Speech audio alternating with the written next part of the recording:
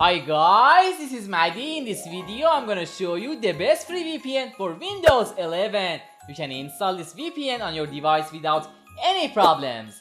Let's start. In the first step, we need to download the application. So open your browser. Then go to Psiphon.ca.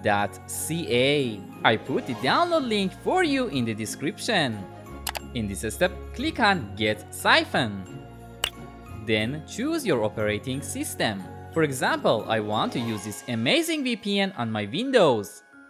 Go to your downloads and open the app. That's it! So easily we connected to the VPN. But let me show you something cool. Open server location here. Choose any server you like, and best part is all servers are free to use. All data that goes through Psiphon is encrypted. This means that your ISP cannot see the content of your internet traffic. Isn't it great?